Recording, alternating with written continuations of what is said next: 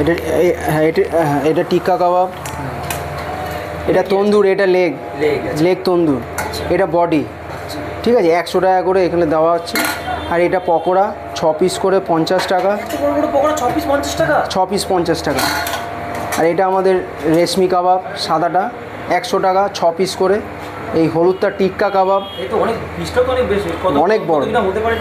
এখানে 180 থেকে 200 গ্রামের বেশি আছে, 200 গ্রামের বেশি।